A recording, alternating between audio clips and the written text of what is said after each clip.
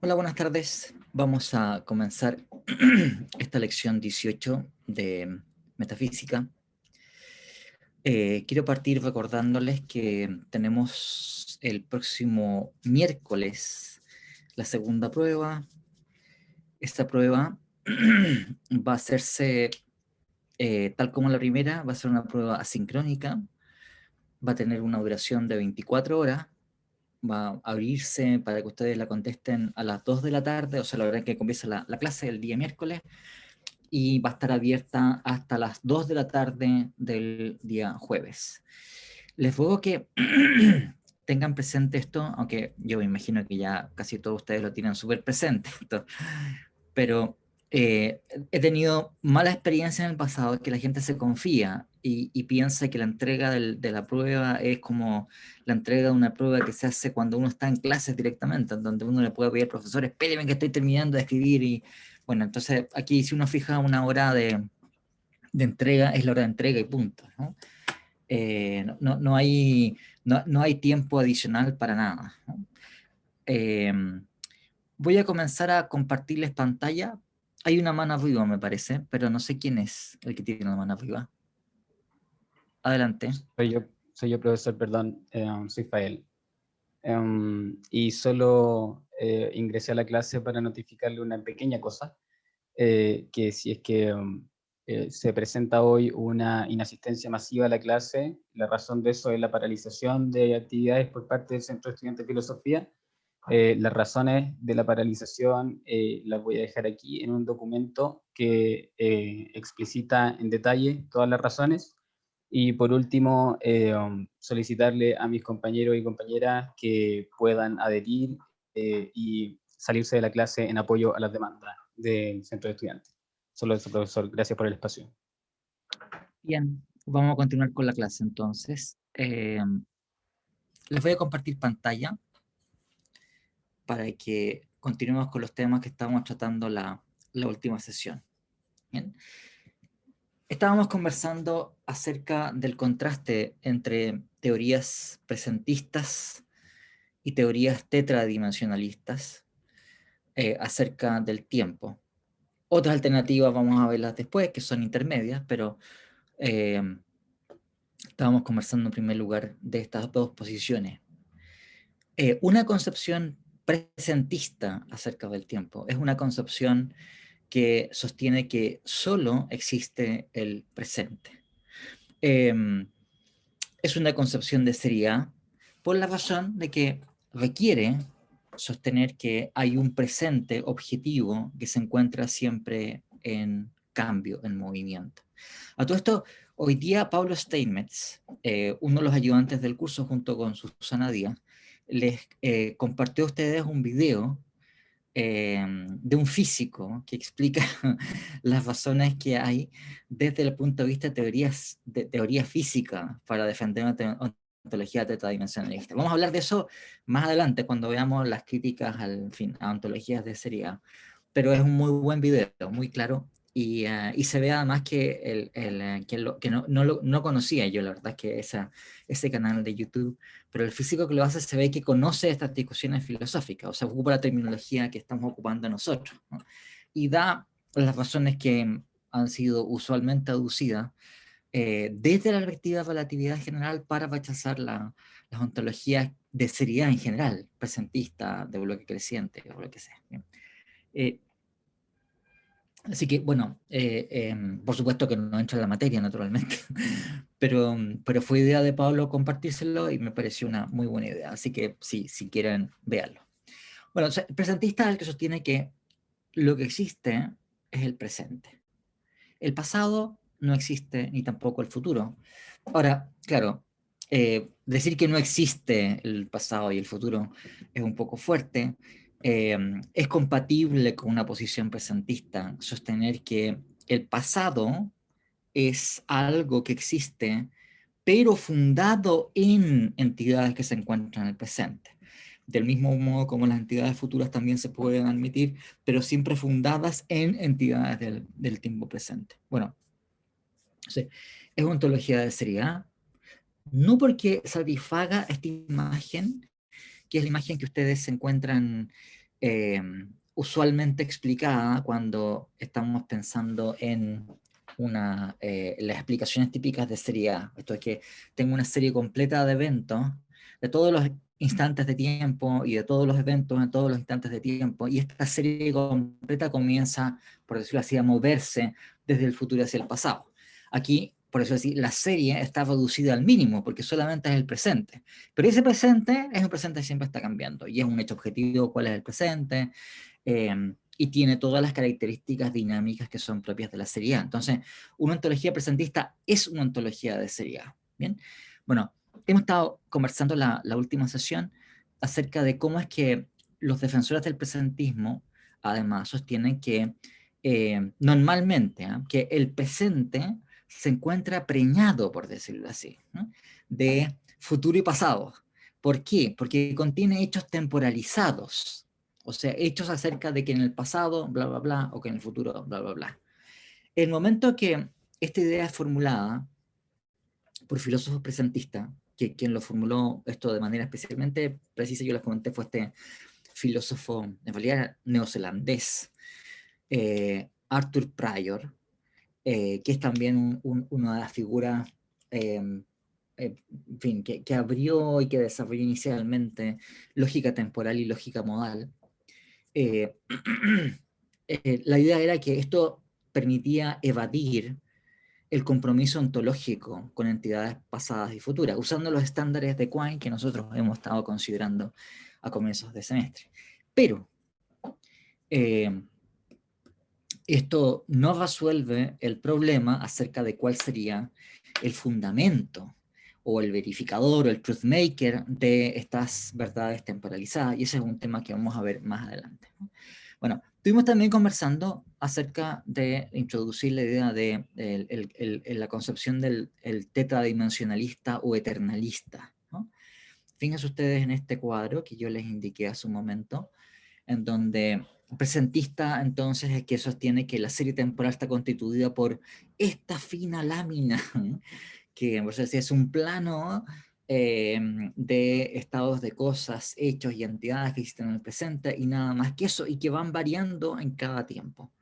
Mientras que la concepción eternalista es una concepción en donde existe con el mismo derecho la serie completa, cada uno de los eventos o acontecimientos de la serie. Pero no hay aquí ningún privilegio ontológico para el presente. Estuvimos también conversando que uno puede añadir una concepción de este estilo con serie A. ¿Bien? Hay filósofos que han defendido posiciones de este estilo, como Ross Cameron o Quentin Smith. Ross Cameron denomina esto como una concepción que se llama el moving spotlight. Quentin Smith la denomina su posición presentista, pero en fin, pero es una confusión porque no es presentista como estaba diciendo antes, sino que es presentista porque es de serie A, ¿no?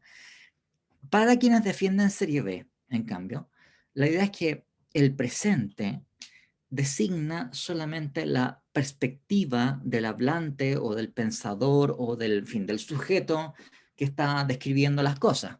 Esa perspectiva es una perspectiva que se hace desde un tiempo, y ese tiempo cuenta como presente, pero no porque tenga un privilegio ontológico de ningún tipo, sino que simplemente cuenta como, por ejemplo, el lugar que es aquí, que es el lugar donde se encuentra un observador. Las cosas se le presentan al observador desde una perspectiva que tiene su punto, por decirlo así, de inicio en ese lugar que cuenta como aquí, pero eso no hace que ese lugar sea ontológicamente privilegiado. Por esa razón, entonces, es que en una perspectiva de tipo B, el presente tiene un carácter indexical o deístico o demostrativo, como hemos explicado varias veces, del mismo modo como lo tiene la expresión aquí, ¿de acuerdo? Designa el lugar donde se encuentra el hablante, o yo designa quién es el hablante. Noten ustedes que en una perspectiva tetradimensionalista o eternalista, los enunciados que se efectúen en tiempo pasado o futuro poseen automáticamente un valor de verdad determinado. ¿Determinado por qué? Bueno, por la realidad del futuro, la realidad del pasado. en el pasado han sucedido ciertas cosas, y dadas esas cosas que han sucedido en el pasado y que están ahí, ¿verdad? No, en fin, no es que hayan dejado de existir, siguen existiendo como parte del bloque completo, de la validad completa. Esa validad completa hace que las proposiciones que nosotros formulemos en el presente, en tiempo pasado, van a tener un valor de verdad, aunque no tengamos evidencia ahora acerca de cuál ha sido, qué es lo que ha sucedido en el pasado. Si uno, no sé, dice, Julio César, por ejemplo, la mañana del día en que cruzó el Rubicón, tomó huevos fritos al desayuno. Bueno, o bien Julio César tomó huevos fritos al desayuno, o bien no lo tomó. No tenemos ninguna evidencia de una cosa u otra, pero una de las dos posibilidades tiene que haberse dado, porque o bien la proposición es verdadera o bien es falsa, según como sea esa realidad. Y lo mismo puede uno sostener para acontecimientos futuros. Yo sé que cuando se trata de los acontecimientos futuros, normalmente las intuiciones que tenemos son, por decirlo así, menos marcadas que respecto del pasado. Entonces, decir esto respecto al futuro para muchos resulta chocante. Como es, no, bueno, entonces el enunciado en tiempo futuro de que Chile va a clasificar al próximo mundial de, creo que es Qatar, el próximo mundial de fútbol, es una proposición que ahora es determinadamente o bien verdadera o bien falsa. ¿Bien? Pero eso es lo que se sigue en una ontología eternalista o tetradimensionalista. Bueno, quiero yo detenerme un momento en esta cuestión, que, bien, ya sé, me consta que ha generado preguntas de varios de ustedes acerca de si una ontología de este estilo, una ontología tetradimensionalista, sería una ontología en donde debería uno postular el determinismo de todos los acontecimientos. O sea, sería algo así como una ontología que debería postular que todos los acontecimientos de la historia, hasta el más mínimo, se encuentran perfectamente determinados y no podrían ser diferentes de como son. ¿Bien? Bueno, eh, ya creo que hemos conversado de esto en sesiones anteriores. Creo que al comienzo del semestre les hablé un poco sobre esto, a propósito de el antirrealismo sobre el futuro, sobre el pasado.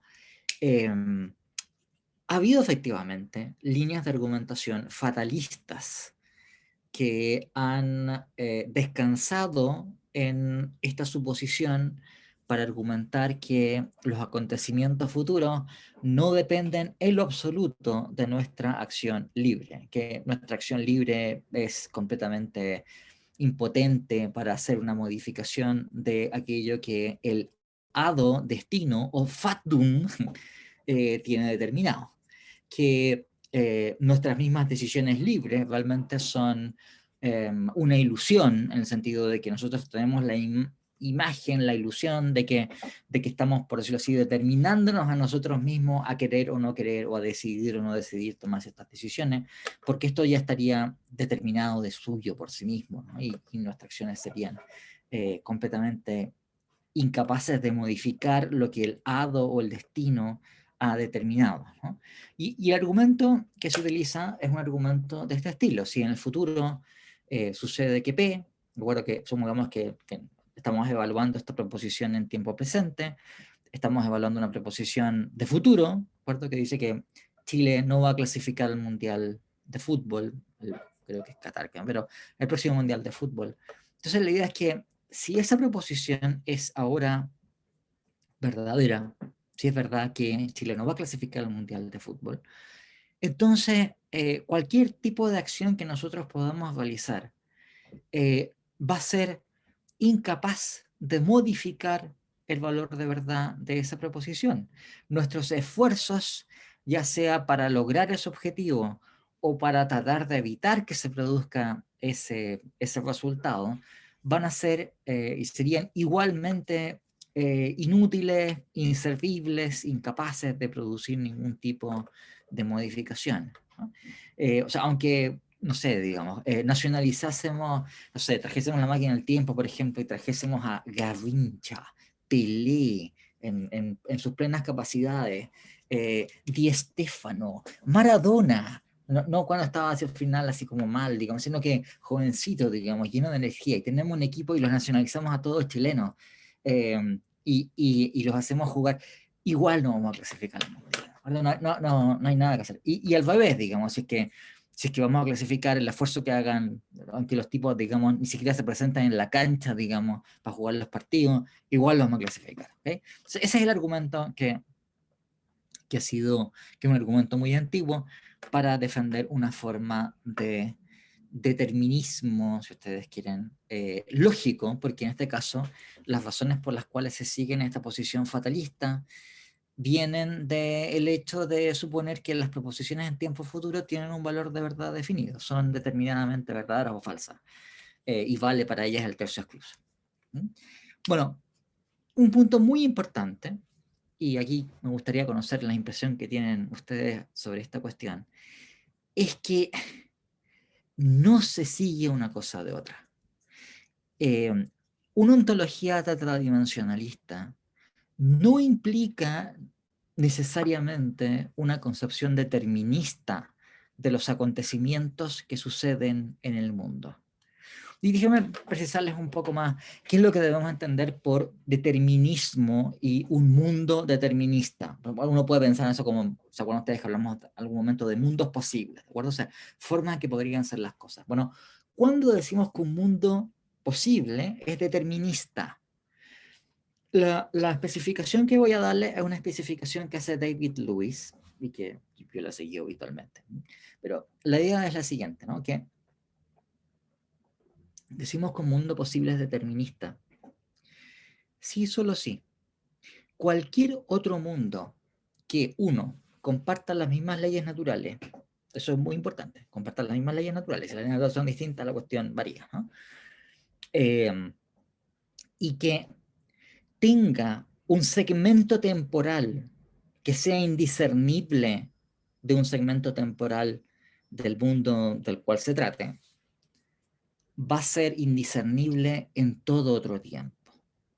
Entonces, repito la idea, ¿no?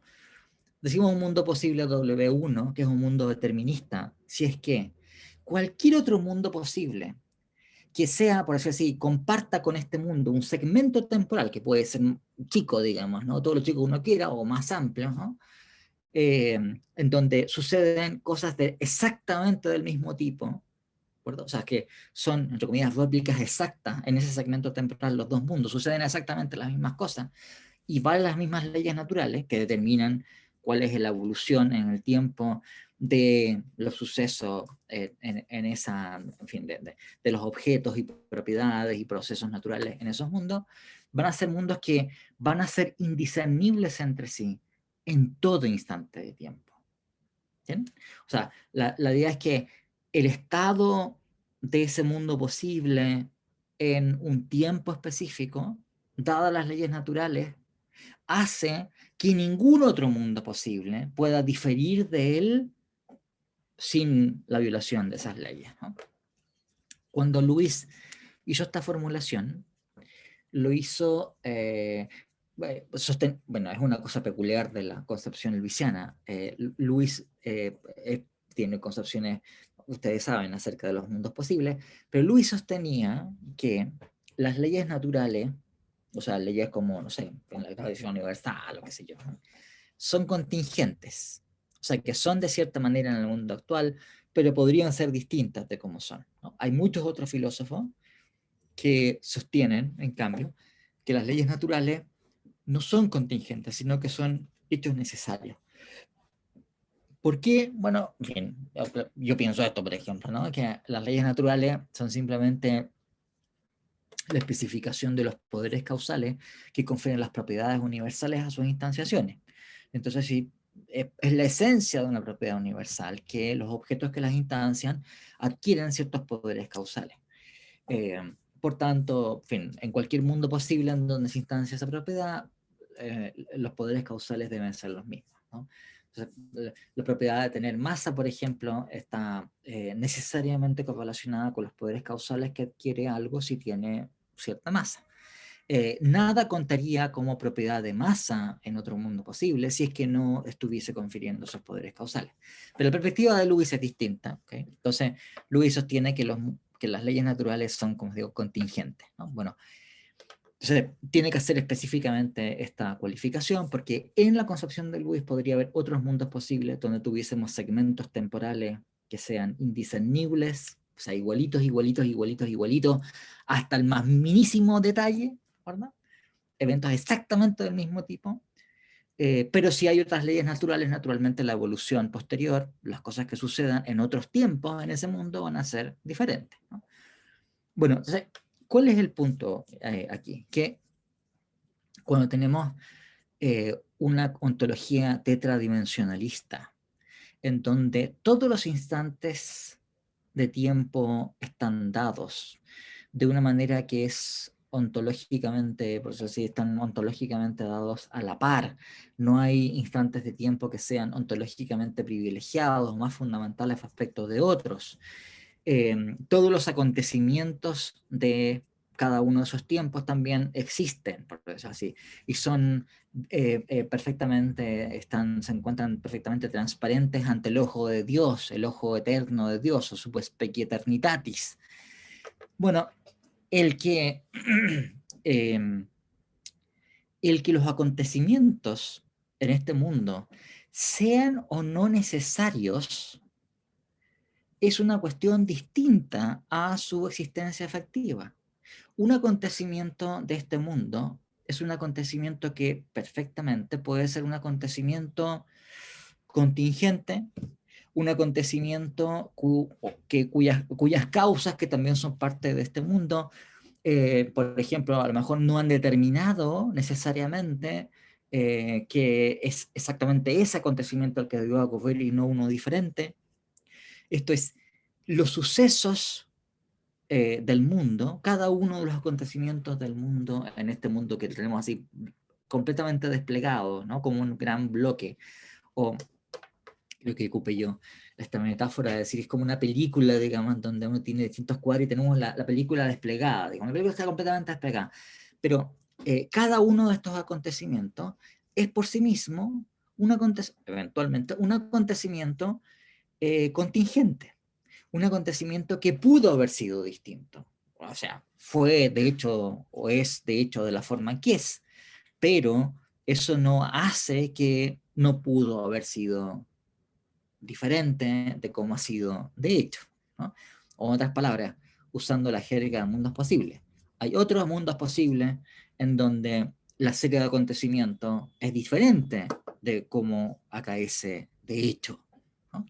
Eh, la existencia de la serie completa, entonces, no modifica el carácter modal, esto es su carácter necesario contingente, de cada uno de los acontecimientos de la serie temporal completa. No hace variar tampoco cuáles son las dependencias causales que tienen esos acontecimientos. El que un acontecimiento haya sido causado por otro no varía tampoco por el hecho de que la serie completa está dada, ¿no? Si hay acontecimientos que dependen causalmente de decisiones libres de agentes como nosotros, agentes racionales y libres, eso tampoco varía por el hecho de que tengamos la serie completa dada, ¿no? Entonces, la idea sería, mira, tú libremente en 5 años más vas a decidir, no sé, digamos, ¿no? Comprarte una casa, ¿ya? Tomar un crédito hipotecario, que esto van a subir las tasas de interés por si acaso, ¿no? Pero va a tomar un crédito hipotecario, va a comprar una casa y lo ha hecho libremente. Bueno,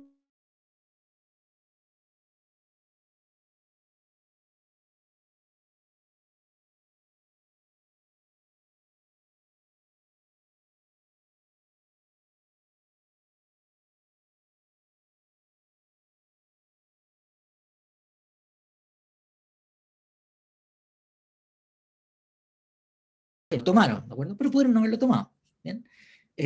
Entonces, la, la, la, la cuestión acerca del Profesor, carácter contingente o necesario de los acontecimientos del mundo no varía por el hecho de que tengamos la serie completa. O al menos eso es lo que sostienen los tetradimensionalistas.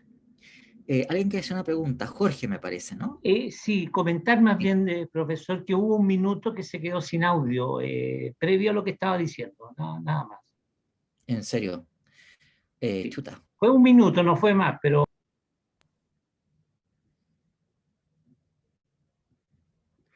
Ahora soy yo el que no te escucho a ti, Jorge. A ver, No, ahí estoy hablando. sí, ahora te escucho, pero un momento también se me cortó tu audio, entonces pienso que lo mismo me pudo haber pasado a mí. Em, a ver, tengo una conexión, desgraciadamente que es pésima la conexión que tengo, pero voy a tratar de cambiarme a la conexión del celular que a veces funciona de manera más confiable. Voy a quedarme congelado un momento mientras hago el paso al celular, si me esperan un poquito.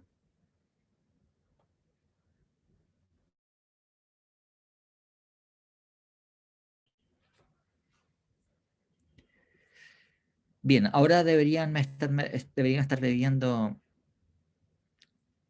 normalmente y ahora vuelvo a compartirles pantalla. Ha sido un problema este tema, la conexión a internet. Bueno, entonces, lo que estaba diciéndoles es que el hecho de que los eventos, los acontecimientos que forman parte de la serie temporal completa sean necesarios o contingentes, no se previene, no se elimina por el hecho de que la serie completa esté dada. Los acontecimientos siguen teniendo las dependencias causales que tienen, de hecho.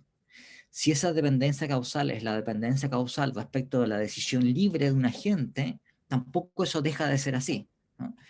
La serie está dada simplemente, ¿no? Sí, contemplada, la serie temporal completa, sub specie eternitatis, desde la mirada que se tendría de ella desde la eternidad, están ahí, pero su ordenación temporal, el hecho de que sean anteriores o posteriores temporalmente a otros hechos, el que sean causalmente determinados por otros acontecimientos anteriores o no, y que determinen causalmente, son hechos que nuevamente se preservan, ¿no?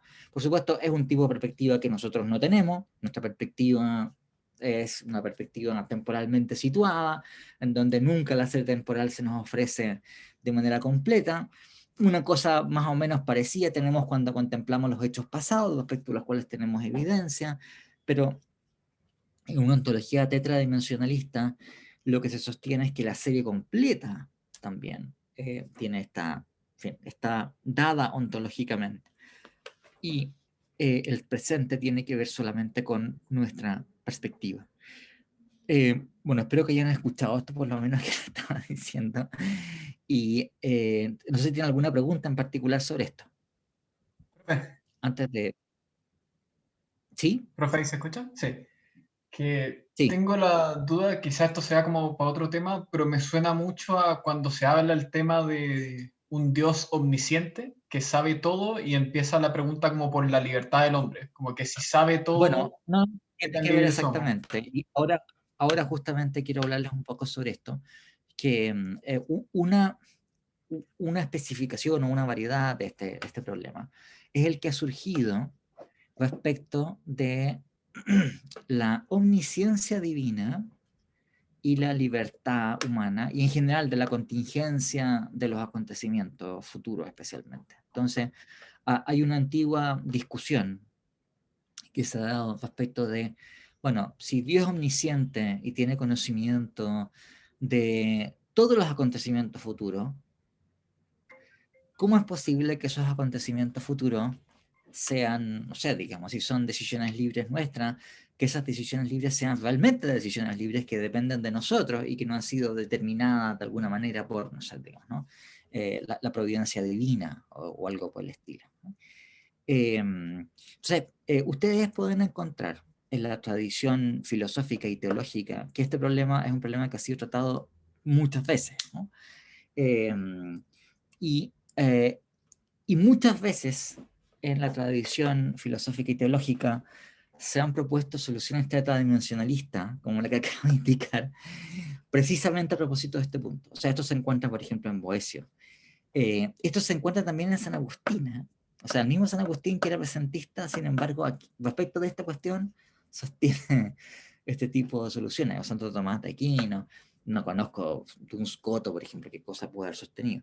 Pero la idea es la siguiente, ¿no? Que Dios conoce efectivamente todos los acontecimientos futuros, lo cual exige que esos acontecimientos tienen que existir, ¿de acuerdo?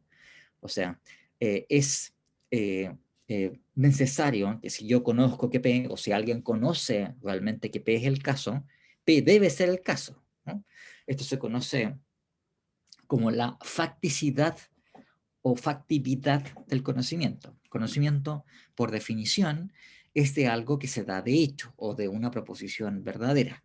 Si la proposición, que es objeto de esa actitud que tenemos, no fuese verdadera, no tenemos conocimiento. Digamos. A lo mejor tenemos, no sé, una creencia muy justificada u otra cosa, pero conocimiento es necesariamente, por definición, de algo que es. Entonces, si Dios conoce acontecimientos futuros, es que esos acontecimientos futuros son, por decirlo así, efectivos y por tanto pueden ser objeto de conocimiento.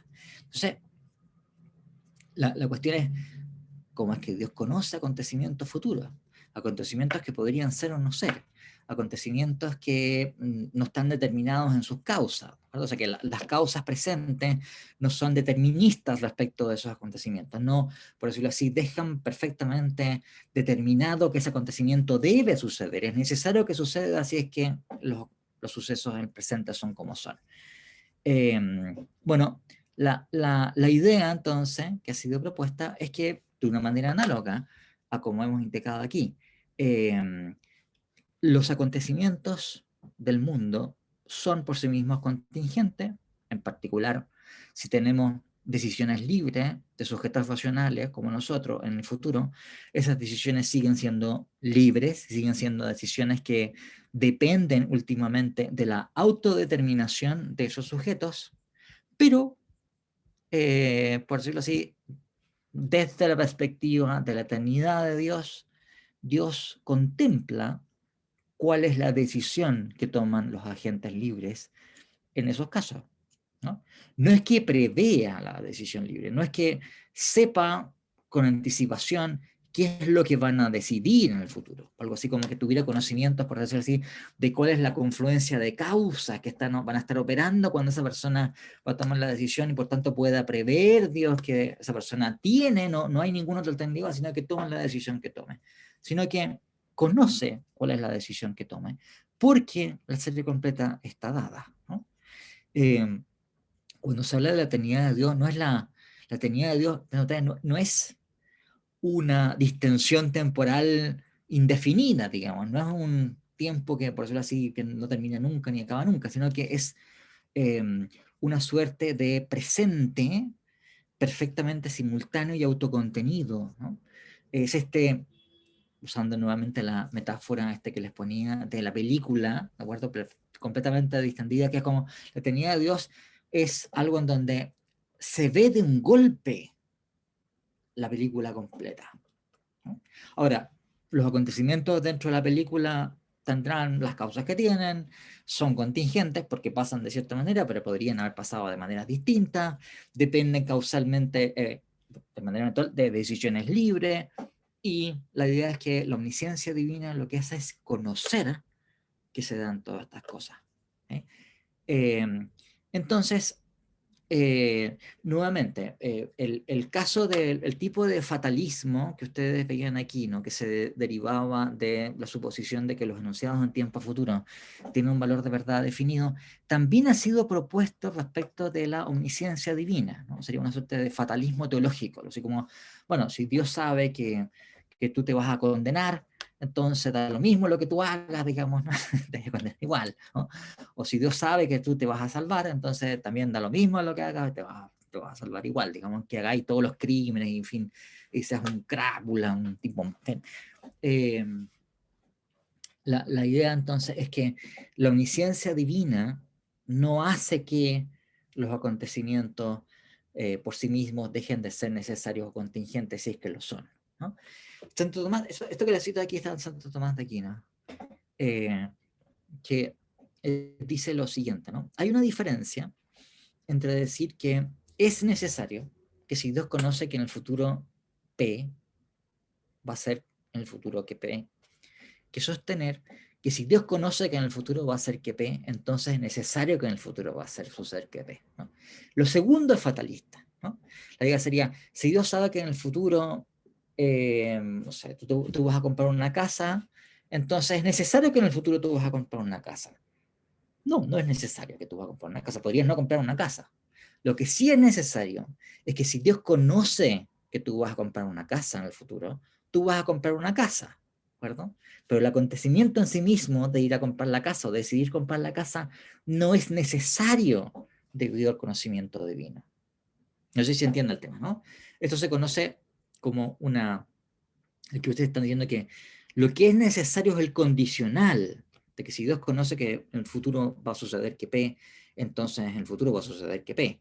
Y lo segundo, en cambio, el operador de necesidad no se aplica al condicional completo, sino que se aplica solamente a su consecuente, ¿no?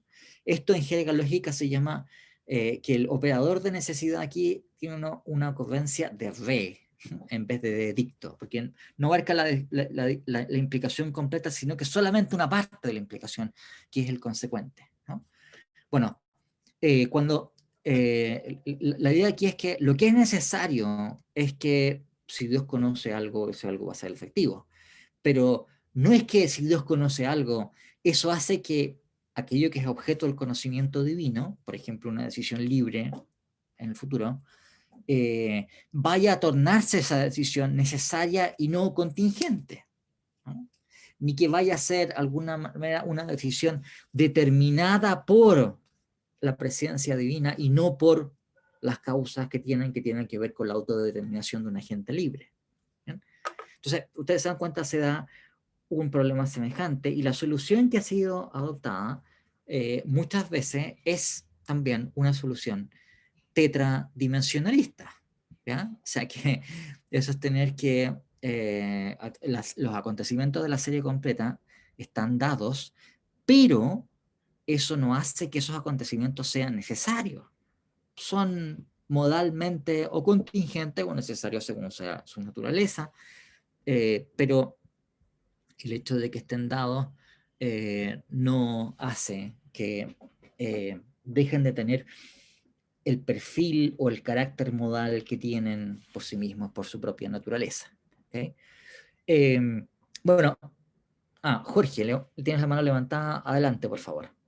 Sí, yo le iba a preguntar, profesor, si esta concepción teológica donde Dios abarca también el futuro, me imagino que es inconsistente con el presentismo, ¿no? O con las teorías del tiempo que Sí, dicen no.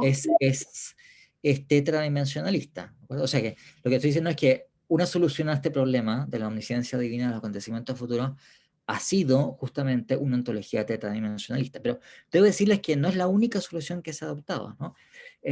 Yo les comenté la clase pasada que hay muchos autores contemporáneos presentistas que una de las razones que tienen para sostener el presentismo es que eso les permite resolver ciertos problemas sobre persistencia en el tiempo, ¿ya? Como, en fin, Tim Zimmerman, del cual van a leer o han leído o van a leer un artículo, Trenton Merricks, y todos ellos, curiosamente, son teístas, ¿ah?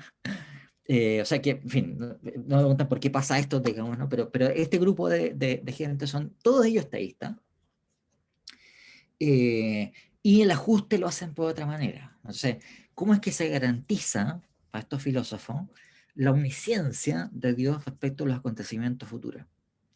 Bueno, hacen intervenir un recurso, miren cómo dan vueltas las cosas en la historia, ¿no? Pero independientemente, porque no es que conocían ellos este desarrollo, la verdad es que se propuso primero este tipo de recurso metafísico y después se dieron cuenta que históricamente coincidía con un recurso que había sido introducido en el siglo XVI por un jesuita que se llama Luis de Molina, ¿ya? Entonces, por eso que esta posición se llama hoy día molinismo, ¿ya? Por Luis de Molina, que fue el que propuso inicialmente esta solución. Entonces la idea es la siguiente, ¿no? Que Dios conoce las decisiones libres que van a tomar las criaturas en el futuro,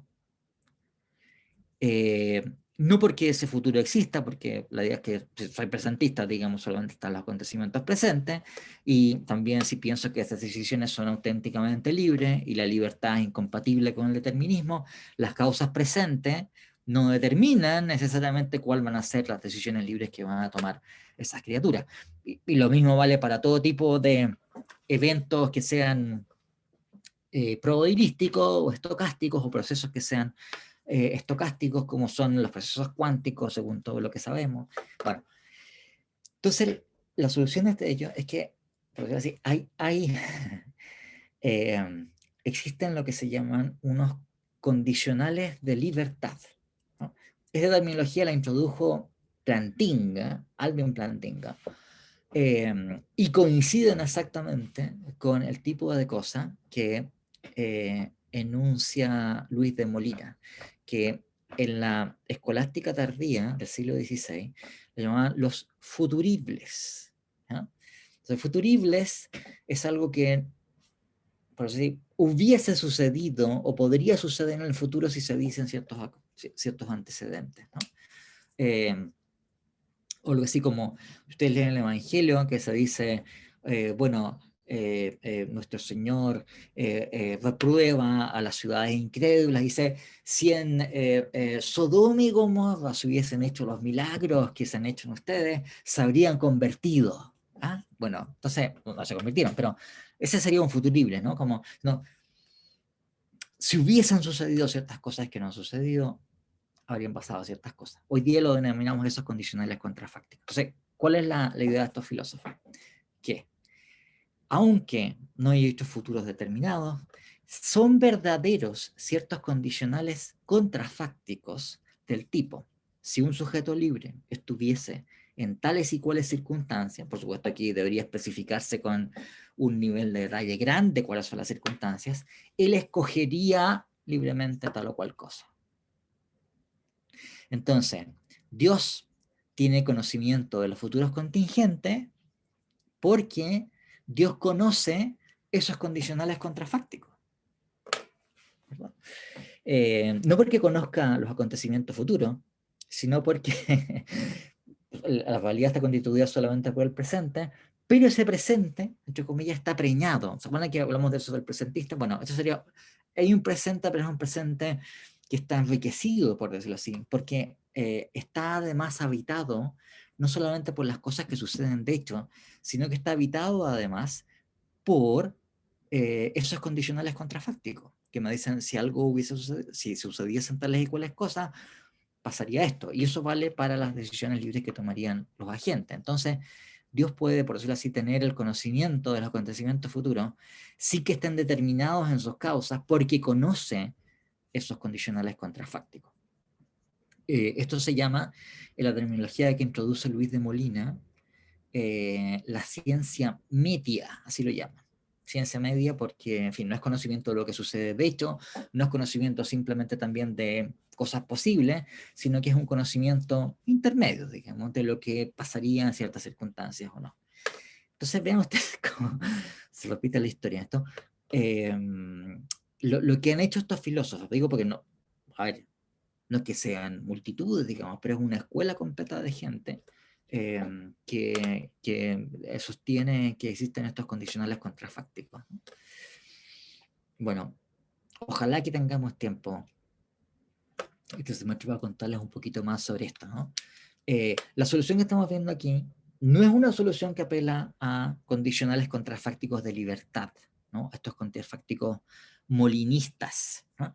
Sino que la idea es que, bueno, las decisiones libres son como son, y Dios las conoce porque las ve en presente, porque ve la serie completa temporal en presente, cosa que no está abierta a criaturas con una perspectiva finita como nosotros, como podría ser un ángel, pero Dios lo contempla, esta serie perfectamente determinada. Jorge, no sé si contesto tu pregunta. Sí, profesor, gracias. Ok, entonces ustedes pueden ver que que esta es una manera de enfrentar este tema, no es la única, tiene usted esta otra manera que requiere introducir una pata, o sea, lo que no se consigue postulando al tetradimensionalismo, tenemos que conseguirlo de una vía distinta, y esa vía distinta que sostienen estos filósofos es sostener que son verdaderos estos condicionales contrafácticos, que tiene naturalmente el problema acerca de cuál es su fundación, ¿de acuerdo? Así como una objeción central contra el presentismo es que tiene que ofrecer fundamentos para verdades pasadas y futuras. Bueno, estos filósofos que postulan que hay ciertos hechos contrafácticos, o sea, son verdaderos ciertos condicionales, la gran objeción que se les hace es decir, bueno, pero si es verdad un condicional contrafáctico del tipo que si un sujeto estuviese en tales y cuales circunstancias decidiría tal o cual cosa, tiene que haber algo que funde la verdad de ese condicional. Y si algo tiene que hacer algo en el presente, y tenemos nuevamente el problema, ¿no? Esa es como más o menos la discusión que se da sobre esa cuestión. Ok, pero yo les quería comentar también acerca de ontologías que son, entre comillas, intermedias entre la ontología presentista y la ontología tetradimensionalista. O sea, la tetradimensionalista o eternalista es que tenemos la serie completa, ¿bien? Y da lo mismo que algo sea presente, pasado y futuro. Cuando tenemos eternalismo con serie B, además, cuál sea el presente es tan irrelevante como cuál sea aquí, da lo mismo, ontológicamente. Bueno, hay posiciones, sin embargo, que tienen un carácter intermedio, posiciones en donde se otorga un cierto privilegio ontológico al presente. O sea, el hecho de cuál sea el presente es un hecho objetivo, siempre cambiante y ontológicamente fundamental. Pero no son presentistas, no están diciendo que lo único que existe es el presente, ¿no? Y hay varias alternativas para esto. Una alternativa son ontologías que se han denominado de bloque creciente, growing block, que pretenden hacer justicia y recoger la intuición, que ahora, mi experiencia es que mucha gente tiene esta intuición, o sea, no sé si ustedes, digamos, no me extrañaría que varios dijeran, sí, yo en realidad pienso así, ¿no? De que el pasado existe. Los hechos pasados son hechos perfectamente constituidos, pero los futuros no. Entonces, bueno, esa intuición que ustedes tienen también probablemente es la intuición que tiene Aristóteles. ¿Se acuerdan que hablamos de eso en el libro, el capítulo 9 del Perimeneidas, acerca de cómo trata Aristóteles enunciados en tiempo futuro? Bueno, probablemente Aristóteles tenía una idea de este estilo, del tipo que, bueno, los acontecimientos pasados son como son, los acontecimientos presentes son como son, tienen un carácter definido, eso hace que las proposiciones que los anuncian también tienen un valor de verdad definido, pero la validad llega hasta ahí, la validad llega hasta el presente. No hay una validad constituida respecto del futuro, salvo que uno quiera hablar algo así como de expectativas que se dan al presente acerca de los acontecimientos futuros. Entonces, esa intuición es la intuición que ha sido recogida por las ontologías llamadas de bloque creciente, que en el siglo pasado había un señor que se llama C.D. Broad, que en los años 20 postuló una cosa de ese estilo. Pero un ejemplo mucho más reciente es el de Michael Tooley, el año 97, que tiene un libro que se llama Time, Tense and Causation, donde defiende exactamente esta posición. O sea, que la idea es que la realidad es un gigantesco bloque que está creciendo a cada instante. A medida que acontecimientos comienzan a llegar a ser presentes, hay una nueva capa o estrato de realidad que es añadido o agregado a la realidad completa, que por tanto entonces es un gigantesco bloque que incluye todo el pasado y que está permanentemente creciendo a medida que pasa el tiempo, ¿no? Noten ustedes que esta es una ontología de serie A, cosa que es un problema gravísimo en la ontología esta de Tooley. Tooley, en fin, es un error grueso, súper grueso, ¿no? Pero Tooley pretendía defender una ontología que fuera de bloque creciente, pero que no fuera de serie A. Rápidamente dijeron, no viejo, estáis locos. Obviamente que tú estás proponiendo una ontología de serie A. ¿Por qué? Porque tu ontología presupone que hay un presente objetivo que están permanentemente cambiando. ¿Mm? Bueno, entonces, esta es una concepción. Y vean ustedes entonces qué es lo que sucede aquí, que los enunciados en tiempo futuro o no tienen valor de verdad definido, o eventualmente uno puede suplementar una ontología de bloque creciente con una concepción antirrealista respecto de los hechos futuros, ¿ya? Entonces decía que, bueno, que son enunciados que tienen condiciones de aseverabilidad, por ejemplo, de acuerdo a la evidencia que tenemos al presente de eventuales procesos futuros. Entonces es una manera de ajustar la ontología a esa intuición de pasado fijo, futuro abierto, por decirlo así. Futuro abierto que es que no hay futuro, pero sí hay pasado que está definido y que tiene un valor de verdad determinado, ¿no? También un filósofo que propuso esto, filósofo y lógico, es el polaco Łukasiewicz. O sea, yo no sé si ustedes han escuchado alguna vez hablar de la lógica trivalente. Tal vez sí. Bueno, la lógica trivalente, ustedes la lógica que han estudiado es lógica en donde cada proposición tiene dos valores de verdad posibles, o es verdadera o es falsa, ¿ya? Entonces, Łukasiewicz fue el primero en decir, bueno, ¿y por qué no introducimos un tercer valor de verdad, intermedio, entre verdad y falsedad? ¿No? Y lo decimos entonces con números, tenemos 1, 2 y 3. Entonces los valores que pueden tener las proposiciones son valor 1, 2 y 3, y los conectivos proposicionales adquieren valor de verdad de acuerdo a cuál sea el valor de verdad de las proposiciones que lo constituyen, ¿no? Se preserva toda la, por decir así, toda la asignación de valores de verdad de la lógica clásica bivalente, pero agregamos además otros valores de verdad que dependen de si se tiene este valor de verdad intermedio por alguna de las proposiciones, ¿ya? Entonces, bueno, ustedes pueden verlo. Ahora, Łukasiewicz, ¿no? Introdujo esto por una razón ontológica, inspirado exactamente por el capítulo 9 del Parmeneidas de Aristóteles. Dado que los acontecimientos futuros no son ni verdaderos ni falsos, vamos a hacer una lógica que, entre comillas, pueda dejar espacio para este futuro inexistente. Y por eso se le ocurrió la idea de introducir el tercer valor de verdad. Bueno, ustedes pueden darse cuenta cuál es la motivación que tiene una ontología de bloque creciente. Pero no es la única forma que se ha dado de una concepción intermedia entre una ontología, como digo, tetradimensionalista y una ontología presentista. Otra posición ha sido la de postular un futuro ramificado. Sesiones atrás, ustedes recordarán que hablamos de que se puede dar una topología del tiempo ramificada, ¿ya? Bueno, o sea, lo que ha sido sostenido por algunos filósofos, en particular quien ha sostenido esto es Storrs McCall, y si no me equivoco también Jock McFarlane, pero sí, pero no estoy seguro, ¿no? Pero hay filósofos que han propuesto una cosa de este estilo. Entonces, nuevamente, la intuición es que el pasado está fijo, determinado, y el futuro, en cambio, está abierto. Entonces, ¿qué es lo que sostienen ellos? Que el futuro no es que no exista, no existe, pero lo que sucede es que es múltiple, ¿ya? Tenemos un montón de futuros alternativos que están ahí dados. Y a medida que pasa el tiempo, las ramas, por decirlo así, laterales que no llegan a ser presentes, desaparecen.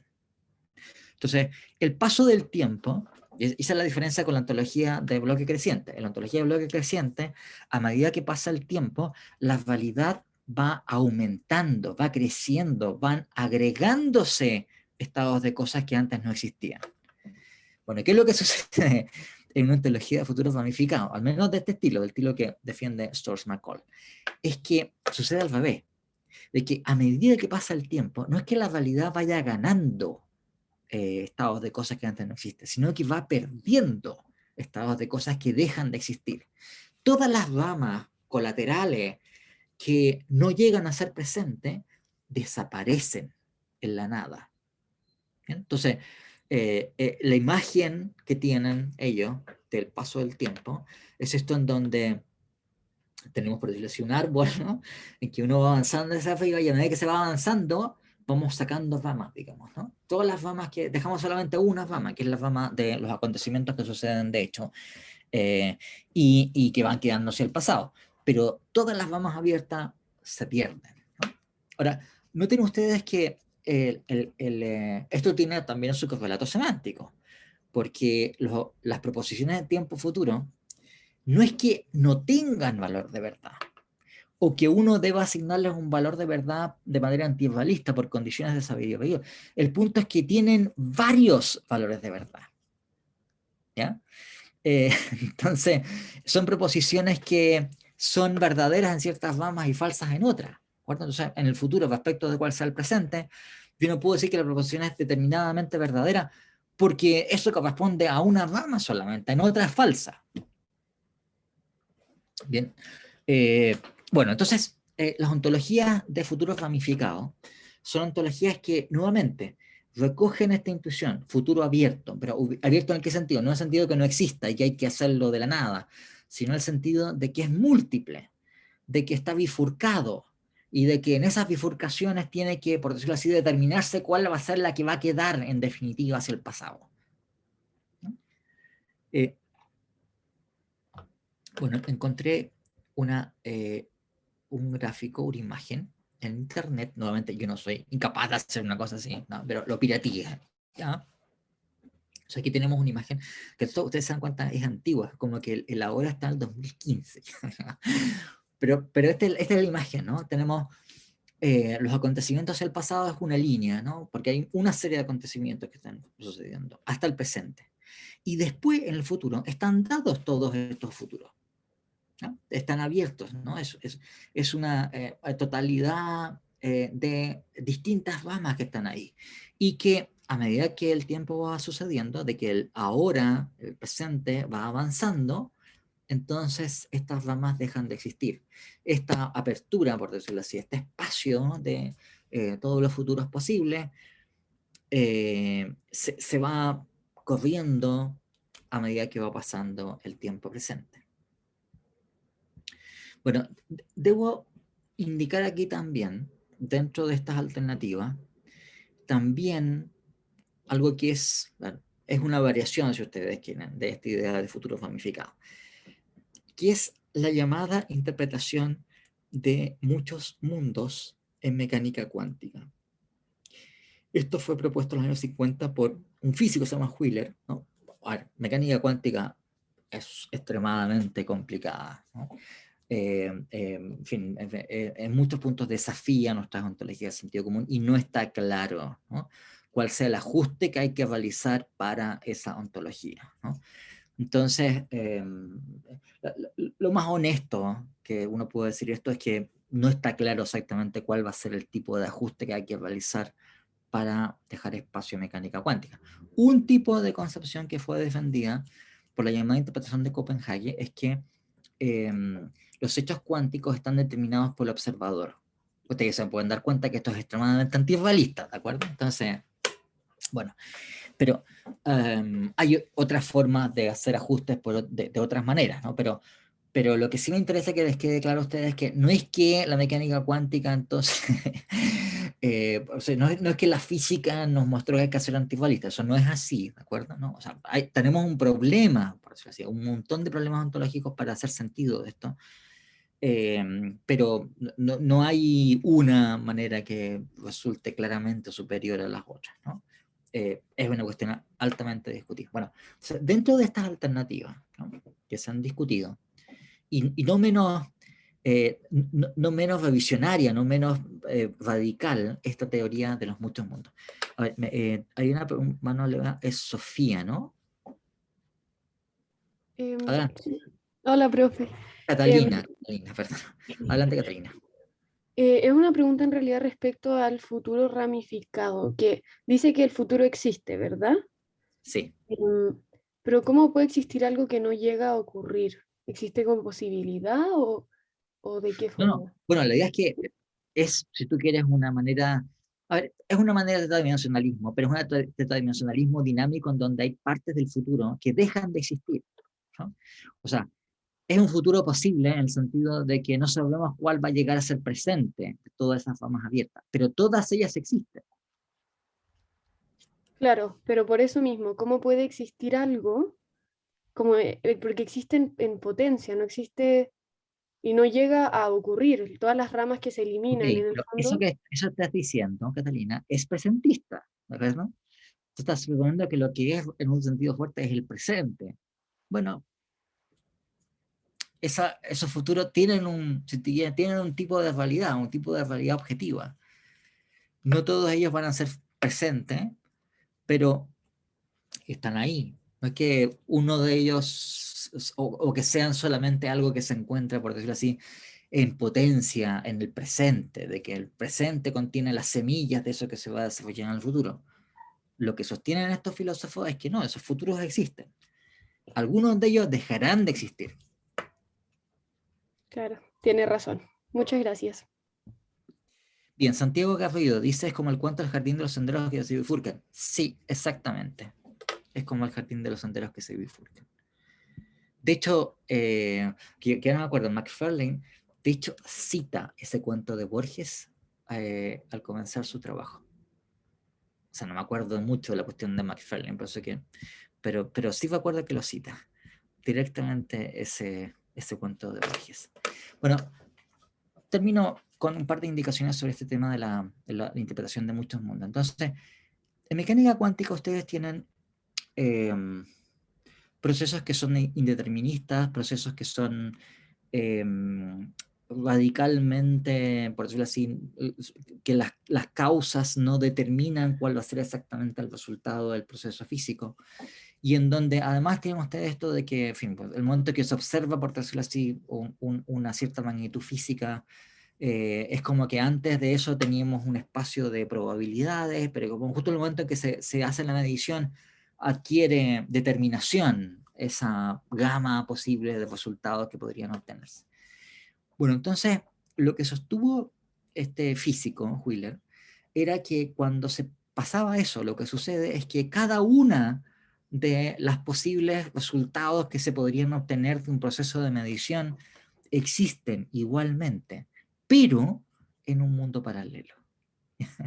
Entonces, por decirlo así, cada vez que se produce este fenómeno de que se toma la medición y que se registra que el valor de una magnitud física es exactamente esta y no ninguna de las otras que estaba, por decirlo así, antes de que podría haberse dado, las otras sí se dan, pero en otros mundos alternativos. Entonces, la realidad tiene este carácter de que a medida que va pasando el tiempo, en que van evolucionando en el tiempo estos sistemas físicos que son por sí mismos no deterministas, el estado del sistema en un tiempo no determina cuál va a ser exactamente el estado del sistema en el instante inmediatamente posterior.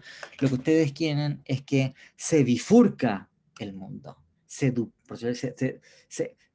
Aquí no es un proceso en donde vamos perdiendo ramas como la teoría del futuro ramificado, sino que el mundo va adquiriendo ramas, digamos, a medida que pasa el tiempo. Entonces, ustedes quieren, es también una idea de futuro ramificado, pero no porque el futuro exista en un montón de ramas, sino porque el mundo se va ramificando cada vez más a medida que pasa el tiempo, ¿no? Esto es una de las formas en que se han postulado, esto que me imagino que ustedes habrán escuchado, esta idea del pluriverso, ¿ya? Bueno, una de las maneras en las cuales se ha postulado una cosa así ha sido por este tema de mecánica cuántica, ¿no? No es la única, pero también ustedes se dan cuenta de lo especulativo que es, digamos, ¿no? O sea, no es que esto sea una interpretación filosófica de un resultado físico, yo no creo que sea nada verosímil, digamos, me parece completamente crazy, pero en fin. Vamos a tener que quedar aquí y bueno, nada, nos veremos el próximo lunes. Y eso es, pues, nos vemos.